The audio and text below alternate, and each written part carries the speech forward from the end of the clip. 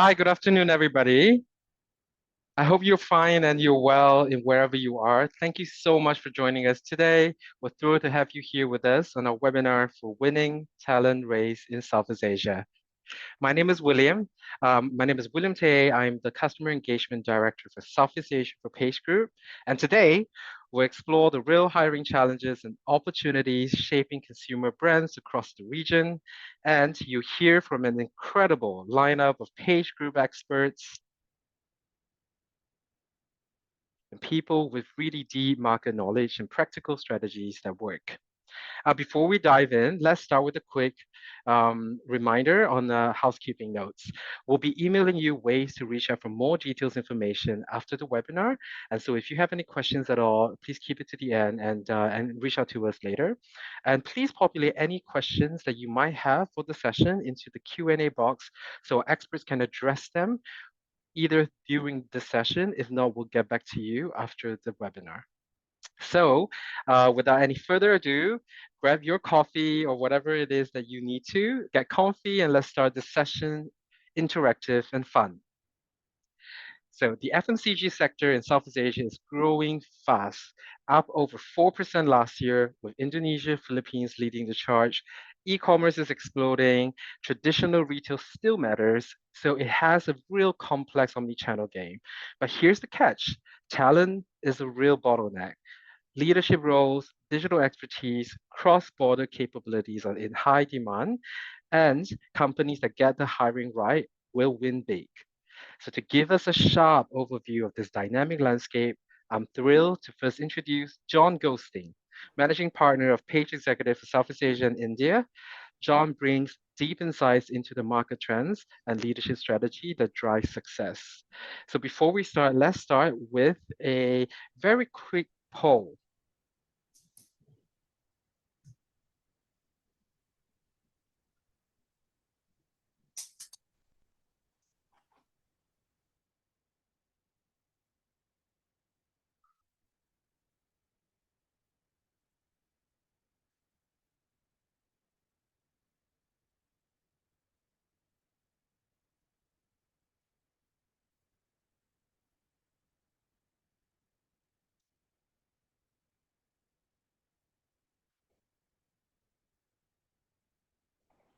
So the question is, what do you see as the biggest growth driver for consumer goods in Southeast Asia 2025? Is it high smartphone penetration, digital engagement, rising demand for health and wellness products, urbanization, and expansion of middle class, growth of modern trade and convenience retail, or the emerging niche categories like pet nutrition?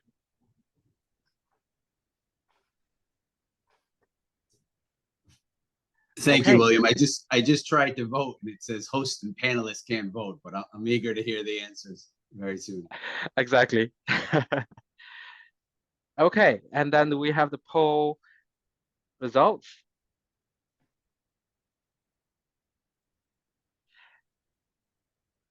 Great. I think a third of them do agree is high smartphone penetration, digital engagement. And I'm curious to see whether that's part of what you were going to talk. Jon, now over to you. Thank you so much, William, and really happy to be here with everyone today. Next 2 or 3 minutes, we'll start with a macro overview. Then we're going to go into each country by country across the region to get a little more of a micro context. As I'm going through all this, I'm sure questions might arise. Please put them in the chat and we can come to them later. But let's jump right into it. Next slide. And I think what we're going to see here is good news. Obviously, there's nuance per country. Southeast Asia is 6 major markets and 3 other smaller ones. And while there's positives in all, they are a little different. But some of the best things we're seeing is 3 main bright spots. You have food and beverage. You have home care, which really is divided up into durable and non-durable. Durable being furniture, appliances, the non-durable, obviously cleaning supplies, and that's gotten back to form, and it's really sort of growing across all the major markets. The final thing there is pet nutrition. So on the poll, that was last, but what you'll notice is pet nutrition, for various reasons, is now a $2 billion US market across Southeast Asia. It's not going away. There's a lot of investment. There's a lot of hiring there, and obviously the hiring comes on the back of just sort of market sentiment and interest levels. So it's something to look out for. there's also some positives and negatives. Dairy being down, maybe that's cyclical, that's the market. But the good news is that personal care is back. Personal care, massive $17 billion US market across Southeast Asia. There's high-end products and services within this that are really taking shape. Vietnam, very much known for its skincare, Indonesia for beauty, Singapore for premium products and luxury. One of the things that, if you see me, it might not look obvious, but within this sort of personal care, one of the really fastest growing markets into this consumer space in Southeast Asia is male grooming and male skincare. I'm not a perfect example of this, but it's something to look out for. All major, both MNC and local Asian conglomerates are getting involved in this area, and it's something to watch out for. Moving on, growth drivers, very similar to the poll you just took: health and wellness, urbanization, rising middle class, and getting into digital enablement. One thing I would notice about digital enablement, it allows customers to see your products faster. It gives them the chance to try your products faster. But remember, be careful what you wish for, because they'll try and see your product faster. Good. The bad is they'll also leave your product faster. And one of the things we're seeing, we have a lot of partnerships with Nielsen IQ, who does a significant amount of deep data and analysis, that there's a lot more try, but there's also a lot more move on.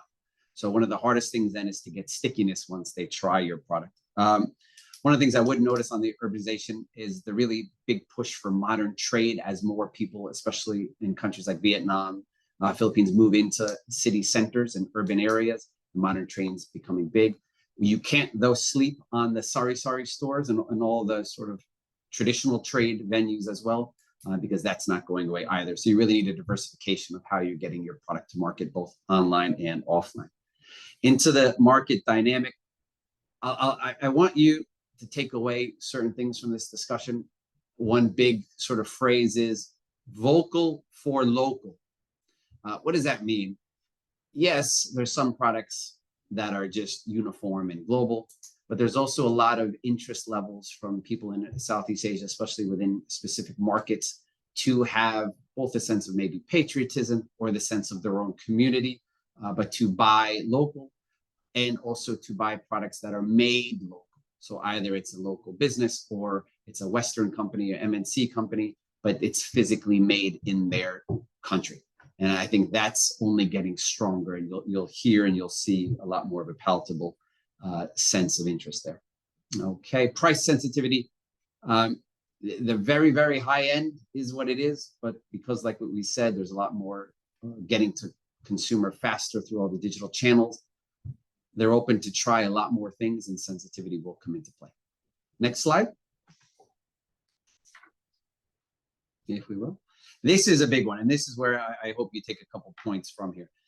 The fragmented region, when we think of labor laws, this is huge. I mean, just this week, Malaysia came out with the recent business updates, whether it's an investor pass, there's the residence pass and talent fast track scheme. And they're really doing this for no other reason than to be massively competitive. Like at Thailand has the digital nomad pass plus the 10-year visa. It's just something that we're trying to compete with Singapore to get the best talents across the market. And I think a lot of people are being very aggressive here. Also, even in Singapore, we recently have a new gig worker, called Platform Workers Act, which gives more sort of support and backing to gig economy workers. So everyone's getting a lot more progressive here. Everyone's trying to get a lot more competitive. From the retention challenges, 30% annually is the turnover, and that's across all industries, job types. It's actually even higher, 35% plus for startups and medium-sized businesses. And something kind of a fear thing for you to take away from this is that the cost of replacement has never been higher if you don't get your retention correct. As soon as you backfill a person in today's market, it's going to be more expensive because the best talent will be very much kept as soon as they go to resign or when they're looking to move out. So the cost of salary will go up immediately. Onboarding is going to increase because of the time for training. Productivity will decrease because you'll be missing the person. And then, of course, the opportunity cost to not have someone taking you to market or helping you grow. So retention is only getting more challenging. The cost of getting it wrong is only getting harder. So massive thing to focus on. The local leadership need, just go back to what the consumers want. Vocal for local. So the only way to give a local business service product is to have local leaders. Okay, so that doesn't bode well for me in the future here in Asia. Hopefully I localize even more. But what it means is we need to be very competitive on how we both attract local talent and then how we retain them. Something a lot of our clients are very aggressive on is their overseas returnee campaigns. And the key word there is intentional.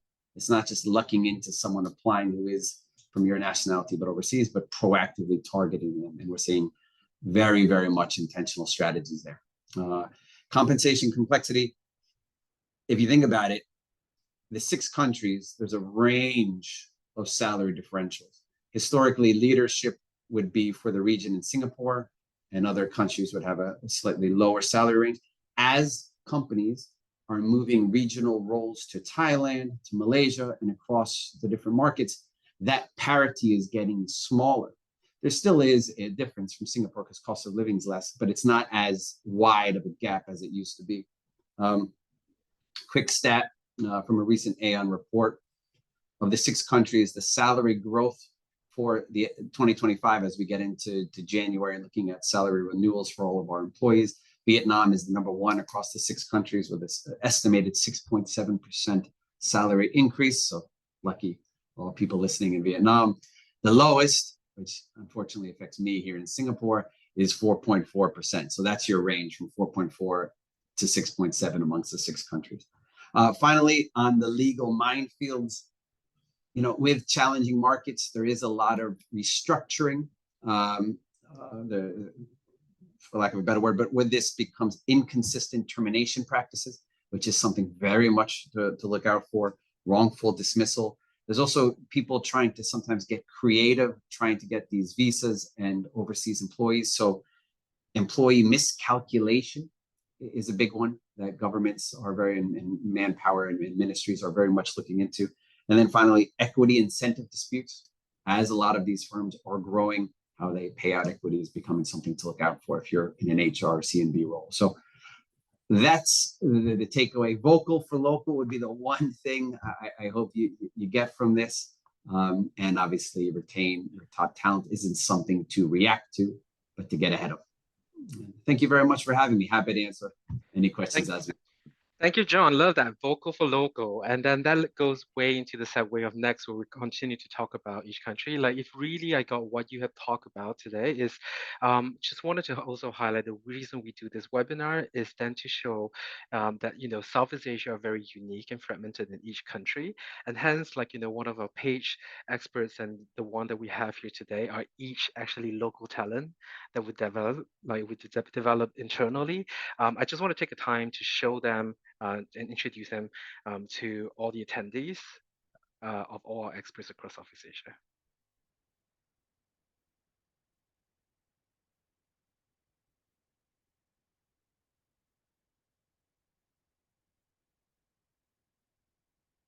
Okay, I can't see it from my side. Has that been shown? All right, great. Thank you so much. Now let's move on to, like, you know, a little bit of like segments of each of those 6 countries that we have in Southeast Asia and some market spotlights for local. And for the first market, let's move into Singapore. Singapore, we have the representative,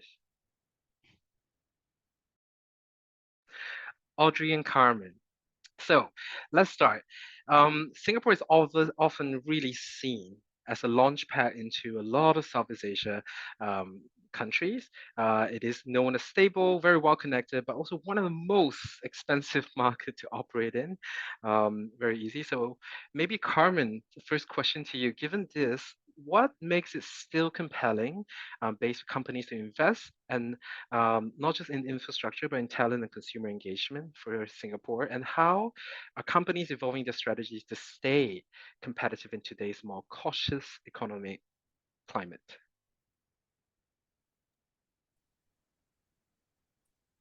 Hi, everyone. Thanks for joining us, and thank you, William. It's a pleasure to be part of today's discussion. So yes, while Singapore may be one of the most premium markets in Southeast Asia, but it also continues to deliver outsized value, especially as a launch pad for regional growth. So from a business infrastructure standpoint, companies are drawn to Singapore because of its policy stability, ease of doing business, and also world-class connectivity. It's not just a hub, it is a command center for Southeast Asia, enabling faster decision making and also regional coordination. And Singapore's competitive tax regime also supports long-term cost efficiency with rates as low as 5 to 15% under incentive scheme, making it an attractive base for companies to invest and also to grow. And on the talent front, despite high compensation expectations, companies still continue to invest. The workforce is highly skilled, digitally fluent, and also globally competitive, especially at the leadership level. So initiatives like OnePass, RIE 2025 Innovation Plan are helping to attract top-tier talent in areas like AI, sustainability, and also healthcare. So we also do see that companies are also evolving their talent strategies in three key ways. So the first being flexible work models. So hybrid and remote options these days are the norm, but companies are going further, offering international mobility, outcome-based leadership roles, and purpose-driven cultures. And the second would be strategic incentive. Beyond pay, companies are also using equity, leadership development, and regional exposure to retain mid to senior talent. And the third, we also have values alignment. So candidates these days, they want to work for organizations that stand for something. Like, for example, sustainability, innovation, and also inclusion are becoming core to retention. And on the consumer side, Singapore is also seen as a test bed for innovation. So brands like Chagi, Samyang, Popmart, P&G, or even L'Oreal are piloting new concepts here before scaling regionally. And consumers are also digitally mature and brand conscious, with like more than 70% of them expecting personalization, willing to pay for more, sustainable brands, and over 60% of consumers purchase starts on smartphones. So today, Singapore actually hosts 4,200 multinational HQ, significantly ahead of Hong Kong and also other Southeast Asia cities. So while Singapore may be premium in cost, but it also delivers premium returns in talent, innovation, and consumer influence across Southeast Asia. Thank you. Thank you for that really wonderful answer, Carmen. And since we're talking about this, and Singapore is the headquarters of a lot of large organization, which means, Audrey, in your world in Page Executive and executive assignment, and interaction in it, how are companies managing high compensation expectation, and maybe some pipeline gaps when it comes to building agile, future-ready, leadership team? So I think there are two parts to your question, William. That's the part on compensation. Yes, Singapore is expensive. And then how do we balance with building agile team? So that's another HR talent question. I think all companies today are looking to optimize costs, that's for sure. But FMCG companies have an advantage because historically they are strong in talent management. FMCG companies know how to develop talent, often from early career, and they know how to build pipelines, right? So many roles are succession roles taken internally, which really, really helps to keep people costs reasonable. But then, of course, there is a time and space to hire externally. And that's really when they are trying to build an agile team to future-proof an organization. Now, when we are future-proofing an organization, we are talking about bringing a company from here to an uncharted territory, right? Or pivoting a business. These are futuristic skill sets that's often not found in the organization already. So we are talking about bringing in a game changer with hybrid, modern, future skill sets, maybe from another more progressive industry. So when we research for this top talent, oftentimes the search brings us regionally or even globally. And through our conversation with these talent, we know that Singapore is actually a preferred location for all the good reasons Carmen has covered. AI, innovation, springboard to the rest of the world. And for these talents, senior, if they have a family, it could be down to basic consideration like safety, education, even the quality of air or convenience, right? And that's one of the reasons why companies continue to invest in Singapore as a location for talent, despite the premium cost. Wonderful. Thank you so much for those insights. And thank you, Audrey and Carmen on Singapore. If you have further questions, you can always reach out to, we can have a meeting with Audrey and Carmen to advise you furthermore on Singapore market. Okay.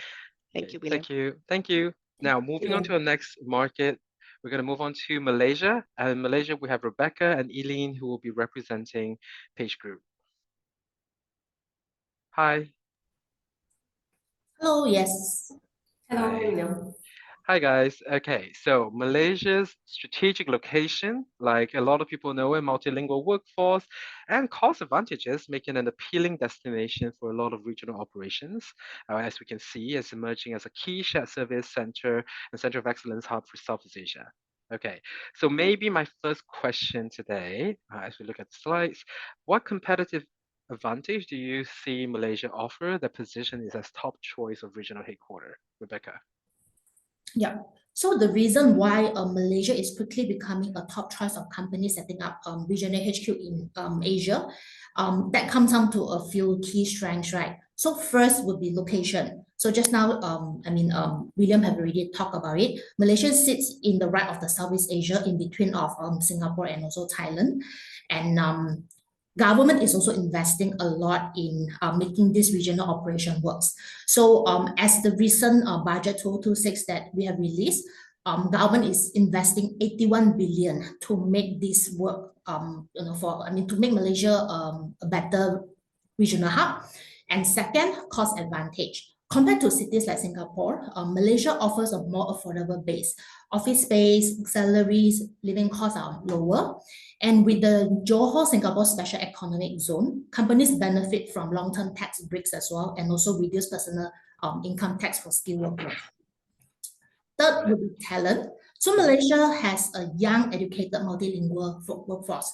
Easily, every Malaysian speaks over 2 languages or more, and English is widely spoken here. And there's a strong expertise in finance, tech, and shared service. So the government is also investing a lot in upskilling this workforce, especially in AI and also semiconductors in the recent budget initiative. And fourth, digital readiness. In 2025, Malaysia have attracted 42 billion in digital investments, so especially in data centers and cloud infrastructures. So budget 2026 also built on it with additional funding for AI and cloud development and cybersecurity. So all this is actually a very good, strong reasonings. And finally, Malaysia role as the bridge to China. So through the Malaysia-China 5-year economic and also trade cooperation plans that we have had recently, so that put Malaysia a strategic base for companies expanding into China or supporting Chinese firms entering to Asian market. So in summary, Malaysia offers the right mix of location, affordability, talent, digital infra. So all this makes Malaysia, appealing to be the regional hub. Yeah. Thank you so much, Rebecca. That's for that really in-depth explanation.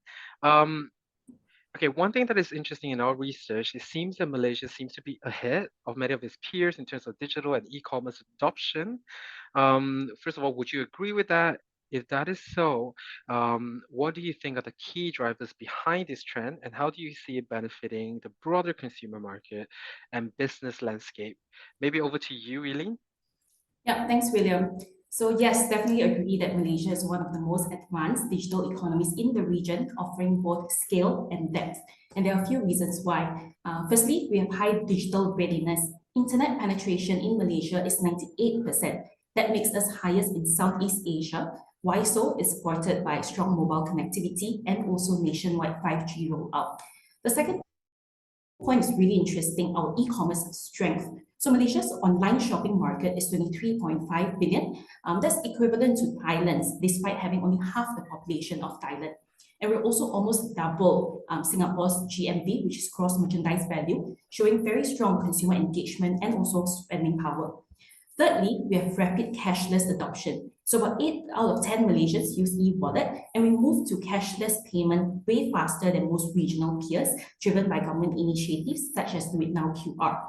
And the fourth point would definitely be government support and also infrastructure. So with programs like My Digital, MDEC initiatives, combined with robust logistics and payment system, that makes Malaysia low friction, high growth environment for digital business. If I were to sum it all up, Malaysia offers high reach, strong consumer adoption, and lower barriers to entry, making it a low risk, high reward hub for digital commerce in Southeast Asia.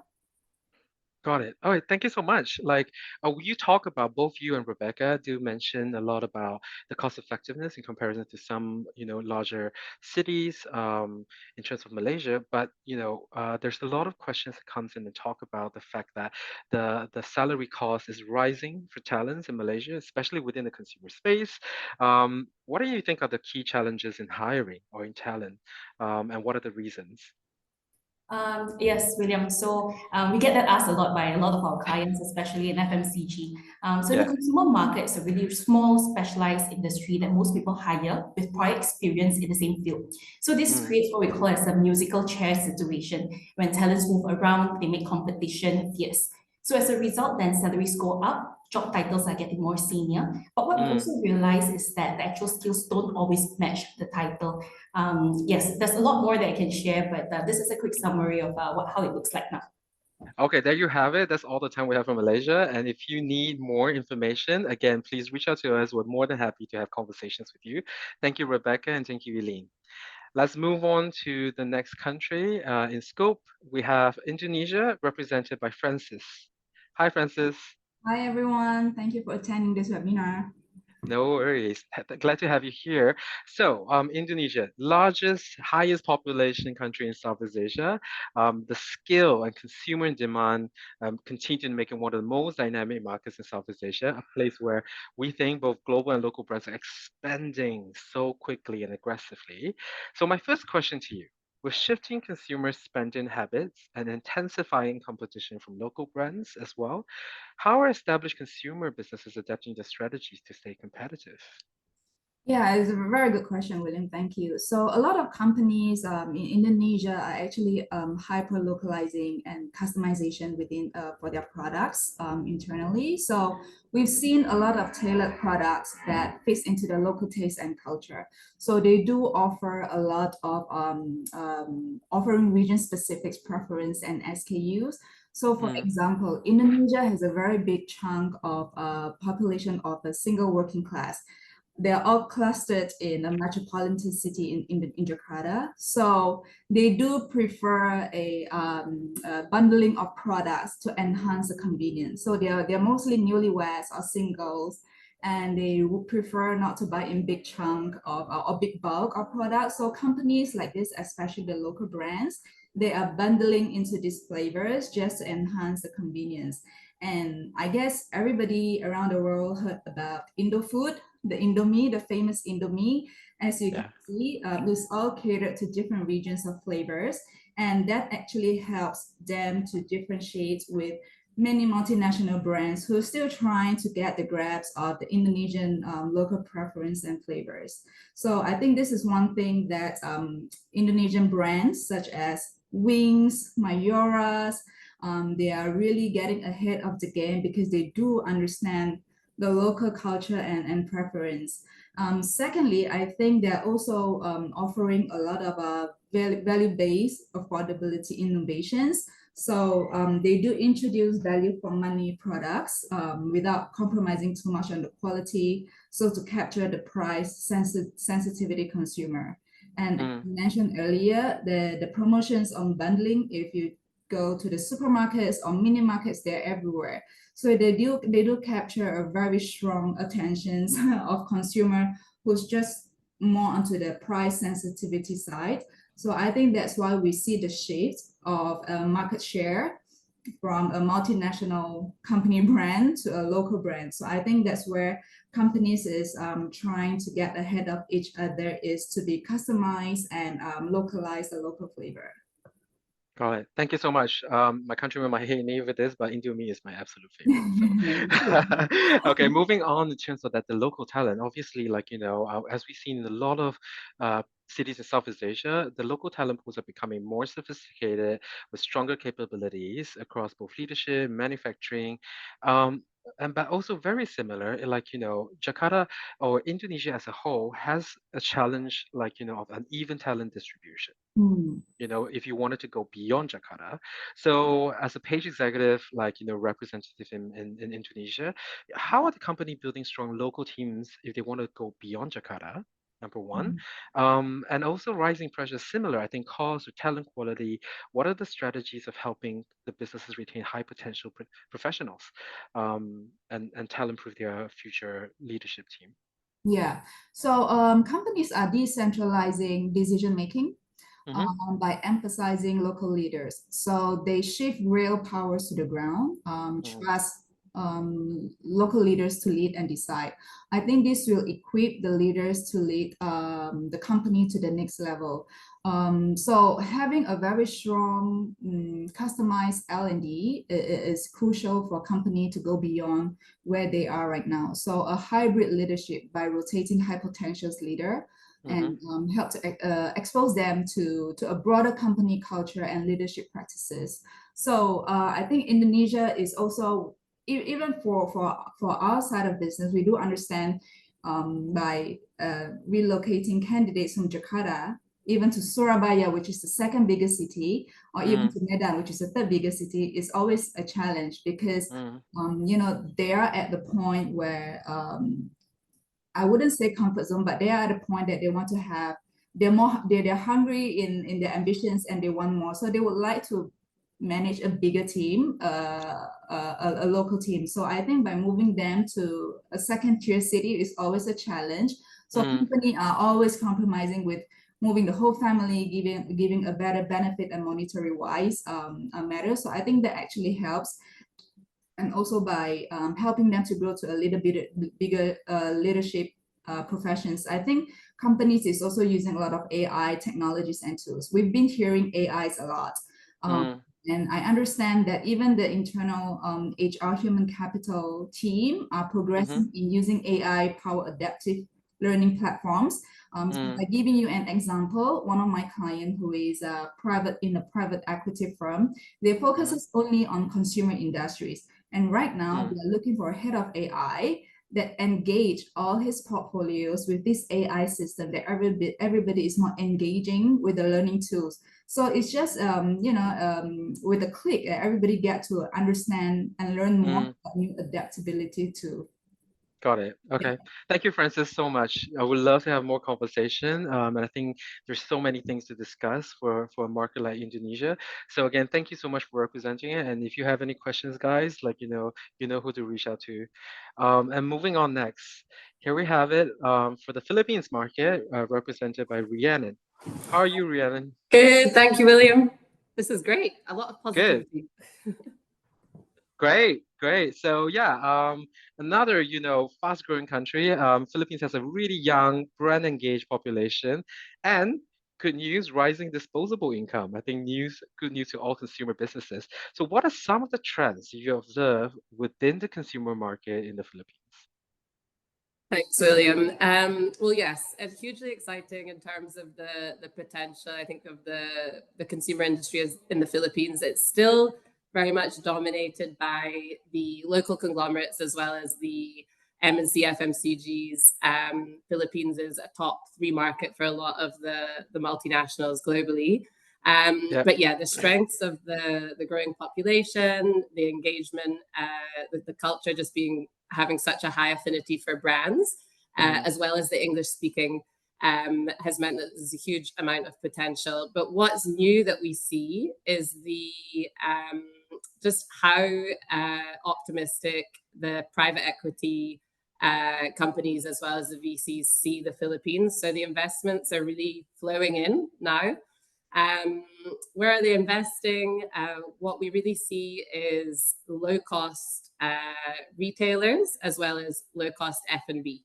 So there's a number of companies at the moment, whether it's coffee, tea, supermarkets, convenience retailers, who are, if not already at 1,000 stores, trying to reach 1,000, if not 2,000, 3,000, 4,000. So that's that's very positive. As you say, there is the rising disposable income. So we see the emerging middle class. So that's impacting categories such as health and well-being, pet nutrition, as we've already discussed, in a positive way. And Filipinos love their phones, they love their social media. So there's a lot of D2C startups and investments coming into those categories as well. Wonderful. Okay, so like and many and we can see as well, I think and your team has been part of a lot of like global players, multinational setting up in Philippines throughout the years. Competition for top talent is intensifying, especially across digital, commercial, leadership functions, right? That's what we've observed. So with both multinational and also like really fast-growing local players competing for the same pool of top talent and consumer talent, how are they balancing between that hiring, like whether it's cost and quality that you see in the market? Thanks for that. Yeah, it's definitely one of the biggest topics of conversation at the moment is the balance between cost versus quality. I think one of the most important points is that it is a challenge, but only because it's changed so much from before, because the market's evolved so much. So if you really still look at the cost versus quality, there is still a reasonable balance. It's just that companies really need to look and review their reward structure because it's changed so much in the last 5 years. So if you're looking at a head of function and trying to offer the same as a few years ago, then it just won't be possible to attract the same talent. So the most important thing is reviewing that. Investing strategically in the revenue generating roles would be probably a more obvious one. And then also looking at returning talents. I think it's already been touched on, but instead of bringing, Jon mentioned this, so instead of bringing expats every time, looking at whether you can bring returning Filipinos who don't require the same expat packages, etc. Okay, got it. Thank you so much. I mean, you talk a lot about the attraction. I think one of the key, as the market progress, obviously, and getting more mature in terms of the organization structure, succession planning is important. And it's always a challenge, on the developing market. For a market like Philippines, how do they make the most out of what you have touched on, the retaining professionals, or shared service expertise that they currently have, which is in abundance in Manila, to build strong, sustainable team locally? Yeah, good question. So we see this a lot where you've got local companies making the transition from owners to second or third generation, as well as MNCs. So the most important thing with returnees is putting them in the roles where they're going to make the most impact, which is typically leadership roles, so that they can bring that knowledge transfer back and coach and develop teams. So I think that's really important. From a shared services standpoint, it's really exciting. It's very much evolving. So every week now, there's another company offshoring more and more to the Philippines. So typically it's finance, it would be technology hubs, as well as HR, where there's really high quality talent. The quality of the talent is there, but similar to Malaysia, there's also a lot of demand for the same talent. So it's just something to be aware of, but I'm overall positive in terms of the job creation for the Philippines.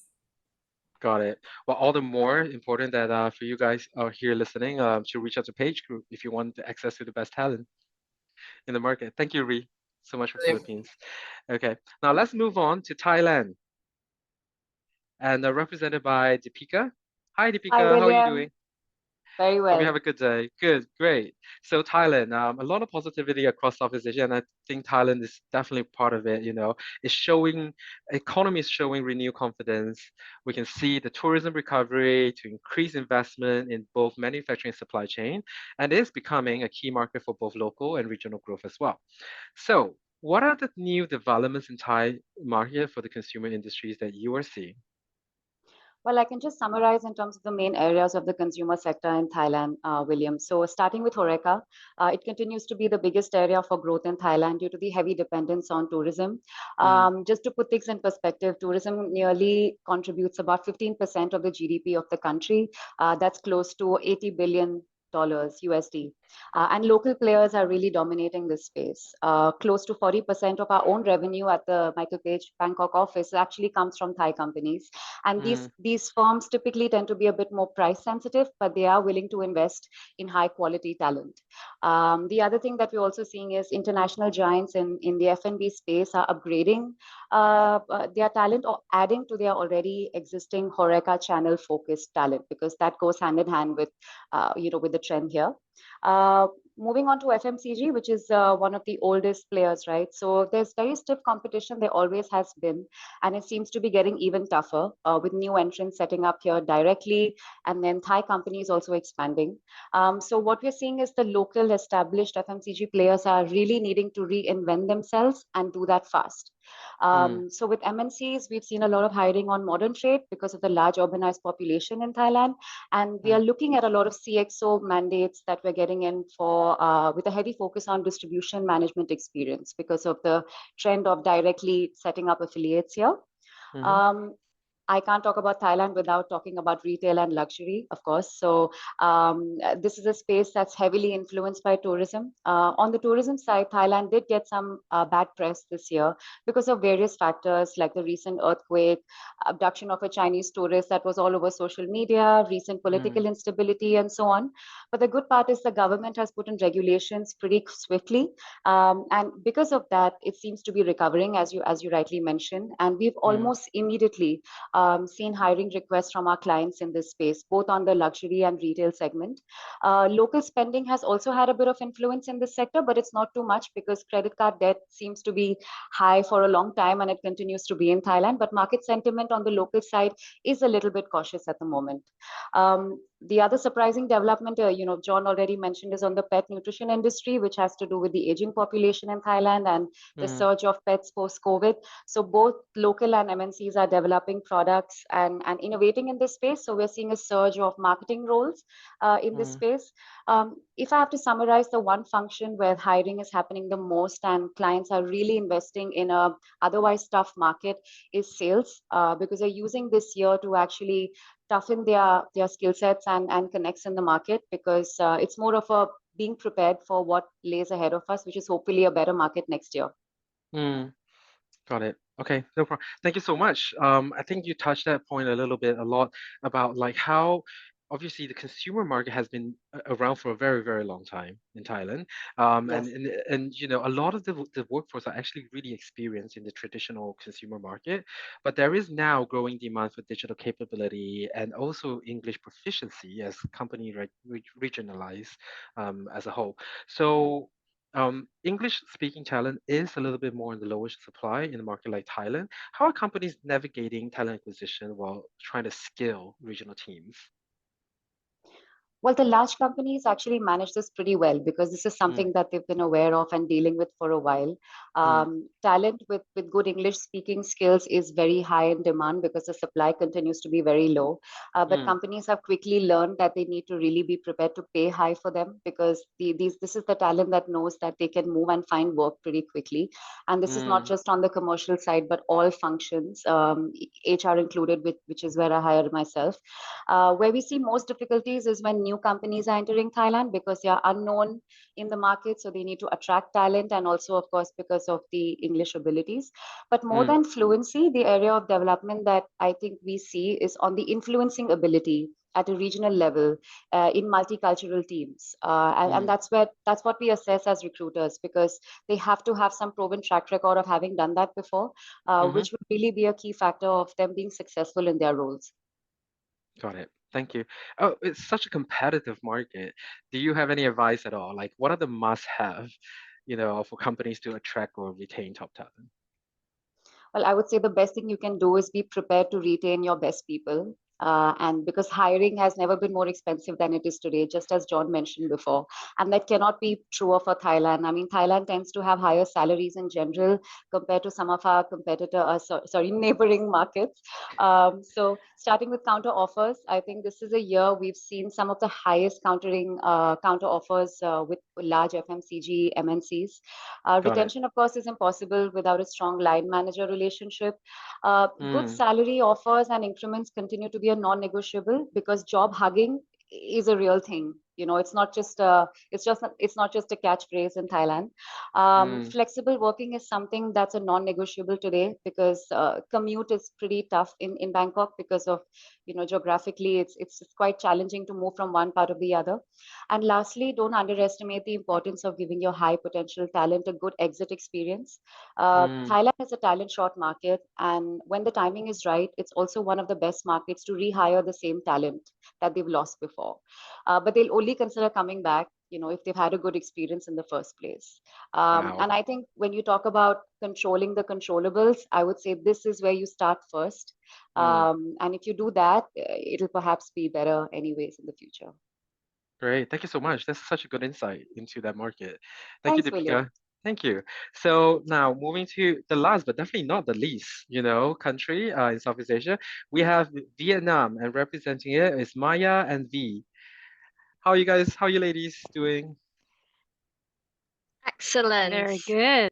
Good. Well, we leave Vietnam last, but we know Vietnam is never last. Vietnam continues to be one of the fastest growing economies in the region. You know, we hear so many good things about it, supported by strong foreign investment, rapid industrialization, and a very young and ambitious workforce like you two ladies.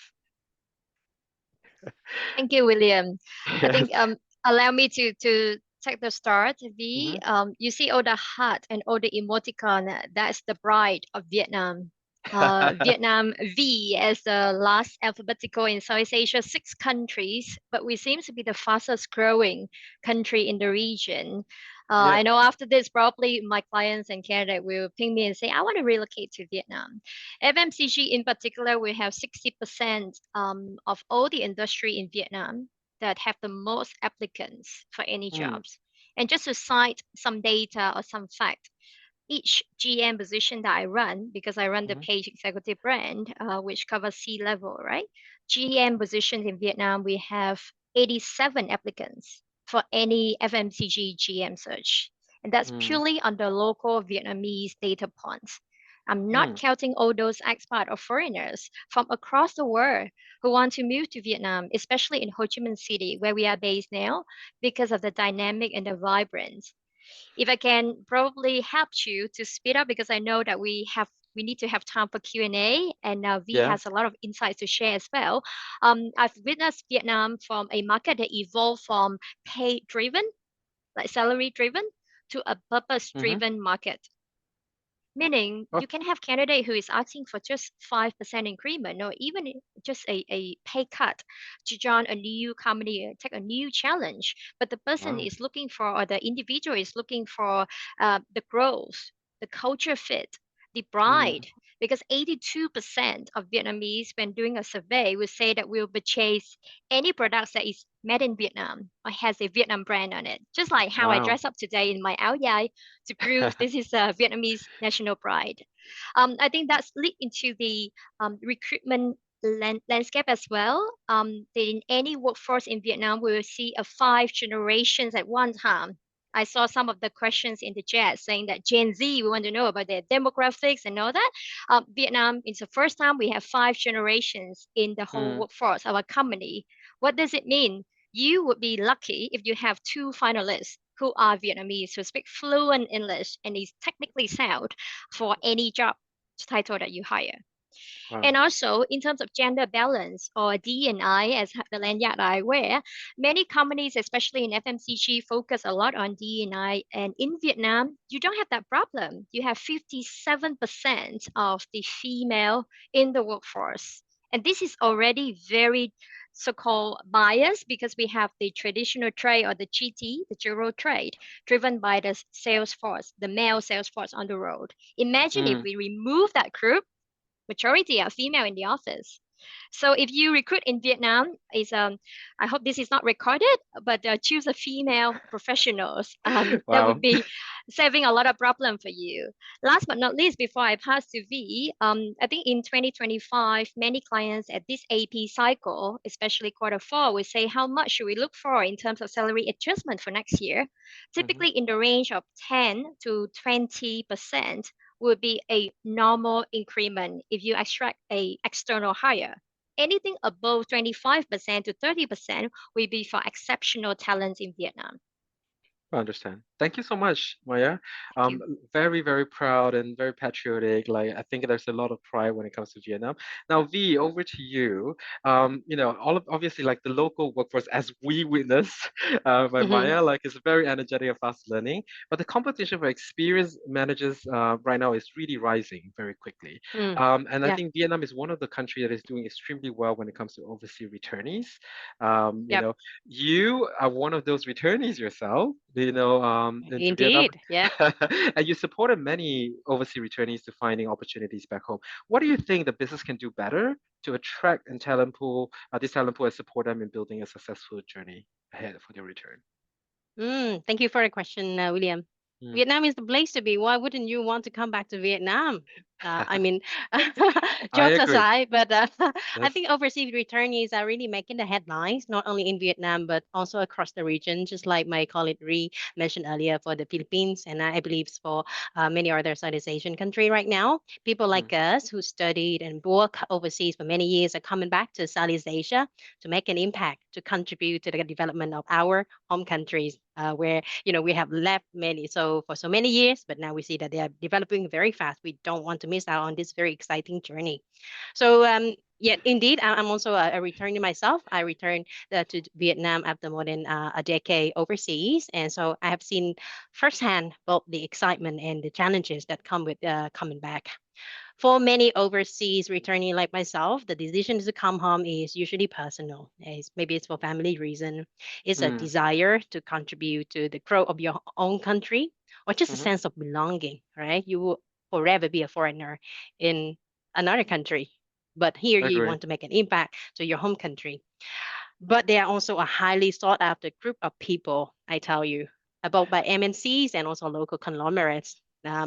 So because they bring the best of both worlds, they speak the language, they know the culture, but they also have learned the best practices in more advanced country.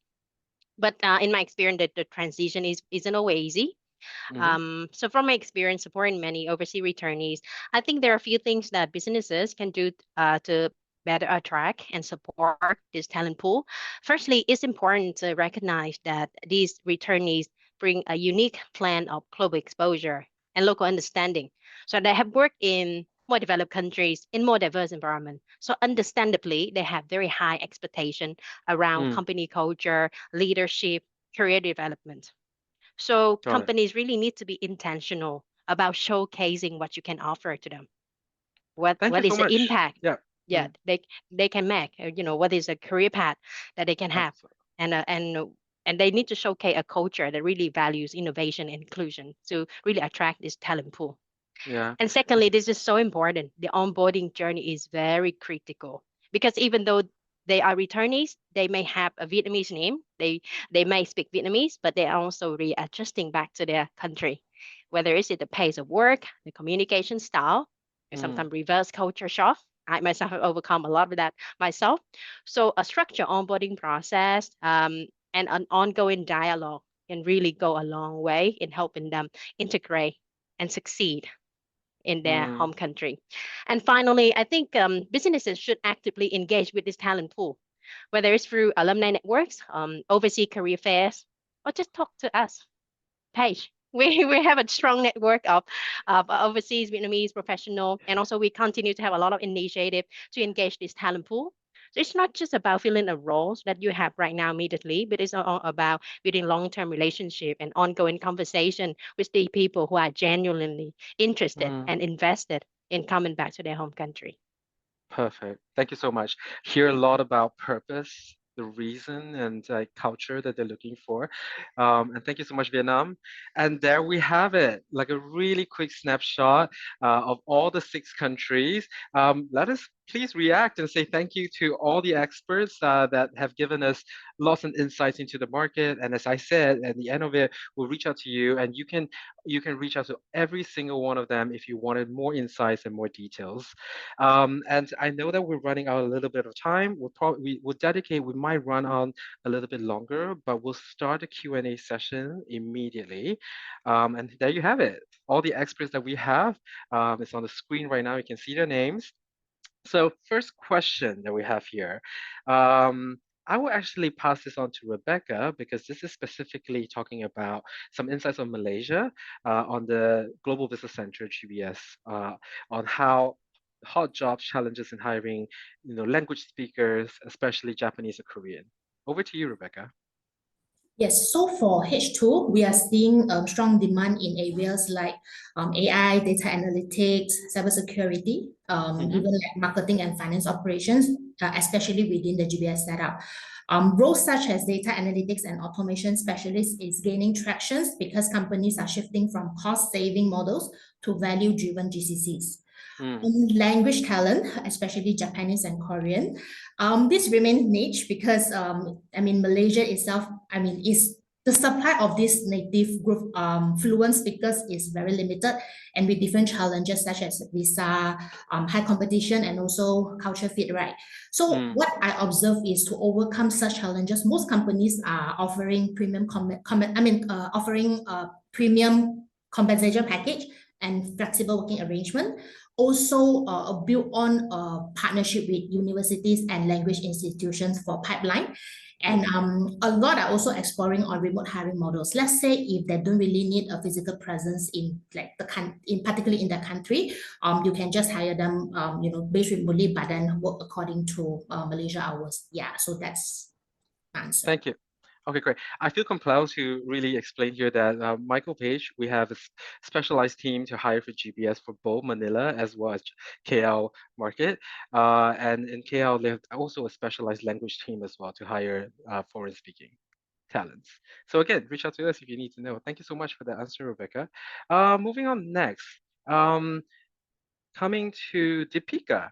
So this question is about counter offer. Is it a good thing?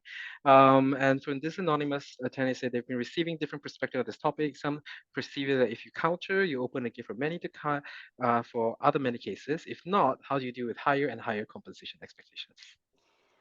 Well, the short answer to that is one size doesn't fit all. You have to be agile in terms of deciding which is the area that you actually need to retain that person and know where to draw the line.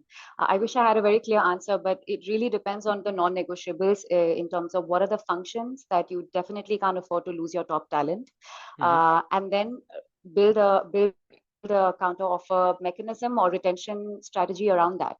It doesn't need to be something that you do every time, and if you feel that some people are exploiting that, then that's your answer already that you shouldn't give in. Okay, thank you. Thank you for the answer. So next question, we maybe have time for one or two more questions. We'll move this very quickly. Rian and Ree, over to you. What is the general FMCG talent sentiment across the region to the rising trends of many MNC doing layoffs? Is there a shift to talent's career aspiration given this situation? Thanks, William, and thanks for the question. It is something that's coming up in discussions with FMCG talents. However, I think it's just adding to the caution and with candidates being a bit more risk averse. So for those of you who would have seen our talent trends report from this year, slightly changed depending on the country, but Philippines, for example, it dropped from 70+% of people actively looking to 54% this year. So this one of these reasons is because the talent market is more risk averse. So they're only looking to move if they find the company the perfect fit. So the sentiment is that people will still move, especially if it's a multinational FMCG company. But we just need to make sure that it aligns with the rest of their career aspirations, I would say. Got it. Well, I think this question maybe represents a lot of the attendees. It says here, any trade secrets and tips on finding the best talent for the business? Eileen, do you want to take that? Yeah, a trade secret remains a trade secret. So perhaps set up a client meeting with us and you'll know more. Great answer. Yes. All right. Thank you so much. And maybe for a last question, and I think this I can open it because the question did go to Elaine, but I think it can be answered by actually any of you guys if you guys wanted to chip in. Rising younger workforce, I think not just in Malaysia, but in Southeast Asia. Any recommendation to work well, engage with Gen Z? I can take that as well, William. Okay. So I will summarize then a few things because millennials and Gen Z actually make up about 70% of Malaysia's workforce by 2025, which is this year. So a few things to look for, which is also highlighted in our talent trends report, that includes flexibility, purpose, growth, and also well-being. If I were to summarize that, if you were to attract or retain young talents, Malaysian employers must shift from control to empowerment, from tradition to innovation. I think that sums it up. Thank you. Yeah. John, do you have anything to add for the rest of the region when it comes to, is it similar basically? Or is there a difference, on the Gen Z for different countries?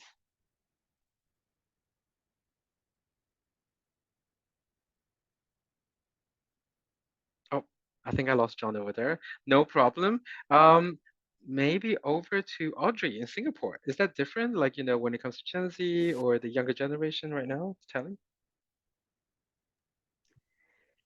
No, I think the topics and issue on Gen Z is quite global, isn't it? I mean, when I talk to HR community, or HR is trying to understand Gen Z and how this digital nomad generation think and move and consume their goods. So I don't think that it is any different across Southeast Asia. That's in my opinion. Got it. Thank you so much. Okay, I think we have a time. I think there's one more question to answer. And we'll see who would like to take it. Is there still a premium that can be expected for foreign workers, or is there now a preference for returnees? Is there a premium given to local expats, English-speaking candidates from maybe moving from one Southeast Asia market to another? Ree, maybe you want to take this? Thank you. Yeah. Tricky question. It's definitely, using Deepika's words from before, I don't think there's a one size fits all, but definitely there is a premium for foreign talents moving country, for returning Filipinos to come back, of course. Essentially, if a company is hiring a foreigner within that market, then there must be something missing from the local talent pool. So hence there's the premium for bringing in those from overseas. What we would see is returning Filipinos won't get that expat package, but they would of course expect a higher compensation than a local package. So it would be local plus at least. Thank you so much. And there we have it. Thank you all for being here today. And what an exciting, I think, sharing about the whole dynamism of Southeast Asia as a whole. It is so different, but there's also so many similarities, and as I said, if you guys want to know more, reach out to us. And before you leave, can I please trouble you to scan the QR code on the screen right now to do some 2 minutes post-event survey. And at the end of this session, you will receive an email from me, to the connection of all these experts across the region. Reach out to us, have conversation with us. It doesn't have to be talking about recruitment immediately, but we're more than happy to share insights and data as well as information that will help you make better decisions in terms of both talent acquisition and retention and talent management. Thank you all for having here, and I wish you all a great day ahead.